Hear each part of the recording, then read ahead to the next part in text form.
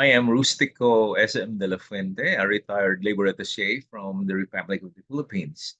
So I have been sharing a while ago on contingency planning for migrant communities in countries in crisis. The role of Labour Attaches is so significant in ensuring that these migrant workers are well organized, utilizing their skills, especially skills in the process. Say, for example, would be the medical volunteers. It's very, very much needed in any crisis situation. The nurses, the doctors, and all those in the hospital care, uh, their group may be able to give us the team which is necessary. In our case, we were able to establish a mini clinic or a mini hospital equipped with basic first aid equipment and medicines, which can be used in case some migrants are wounded in exchange of uh, hostilities between protagonists. And that happened in the eastern province of Saudi Arabia.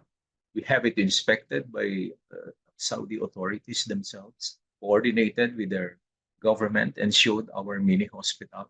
And we were able to convince the uh, the Saudi authorities that that is needed during the first Gulf War because there was already an impending invasion of the areas of Saudi Arabia close to the border of Kuwait and so the preparation even for the eastern province of Saudi Arabia started at the time.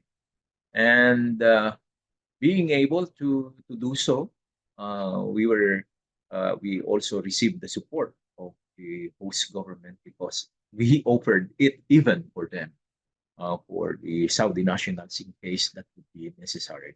It's manned by doctors and nurses on 24-hour basis, and we have sufficient supplies comes to medicines, antibiotics, in pain relievers, and all those.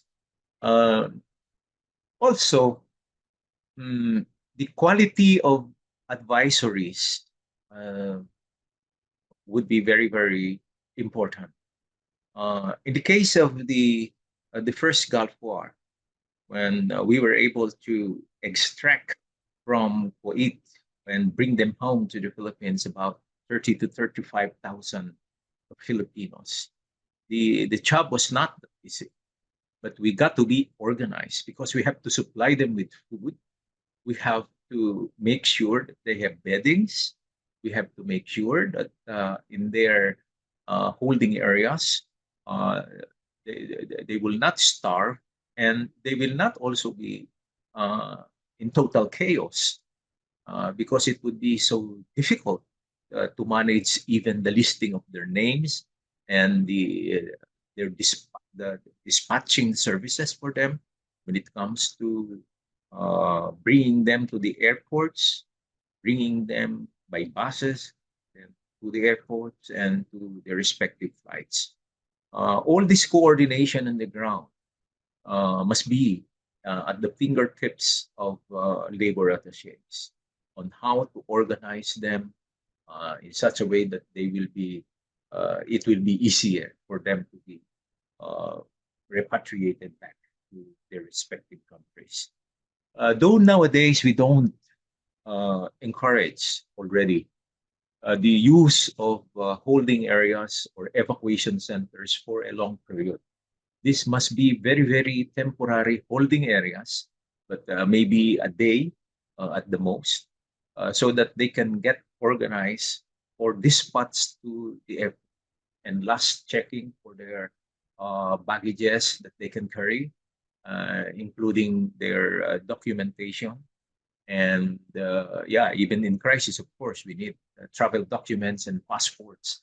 But if they don't have travel documents, there's a lot of, I mean, if they don't have passports, there's a lot of jobs for the travel documents. And so the holding area must be so organized too. That they have basic facilities for taking photographs, printing the needed documents, and even having a supply of clothing for those who were forced to flee from their respective residences without good clothing. And we even experienced supplying shoes and sandals for those who need them, and water, of course, and basic food supplies. But the quality of organizing and the quality of advisory can make prospective evacuees self-contained, that their backpacks or their own personal packs. So we call it survival kit. And so we train them. We prepare a checklist for them to prepare for themselves, so that each one will never be a burden to the evacuation team. That's a good experience that we were able to uh, uh, document in the first Gulf War, and so we were able to use it also in the succeeding uh, war operations that we have in Libya, in Israel, Hezbollah war, and even in some other places where mass evacuation has become necessary. So labor attachés must be there at the forefront, organizing people, organizing staffs, organizing the system for the evacuation, and coordinating with host government authorities. All it's in whatever examples that I am giving you right now. The most important thing is coordination with host government authorities. Even during crisis, host countries would always have their civil defense forces ready to assist migrant workers. We experienced that. Collaboration, coordination also of labor attachés with international organizations, with UN institutions, for example, or even with NGOs, with big NGO groups. That would be necessary. But even uh, even the database of these workers, uh, we can organize our workers that they are the ones encoding their own names in computers that we put up in areas, uh, in exit areas, or close to the exit areas, or in their processing centers. That's we so they can because when it comes to uh, contingency operation, sometimes documentation is forgotten, and per our experience, that's very, very important, because what follows a war or displacement of big numbers of migrant workers would be reparation, and that would be too difficult to produce the list of names of all these workers if they did not have a credible register, or a credible registry. And so it's always part of contingency planning to have a database for all those who pass through a processing center, for all those who are to be evacuated or extracted from a crisis situation. And all this can be factored in the contingency plan, which labor attachés could do with their respective uh, embassies.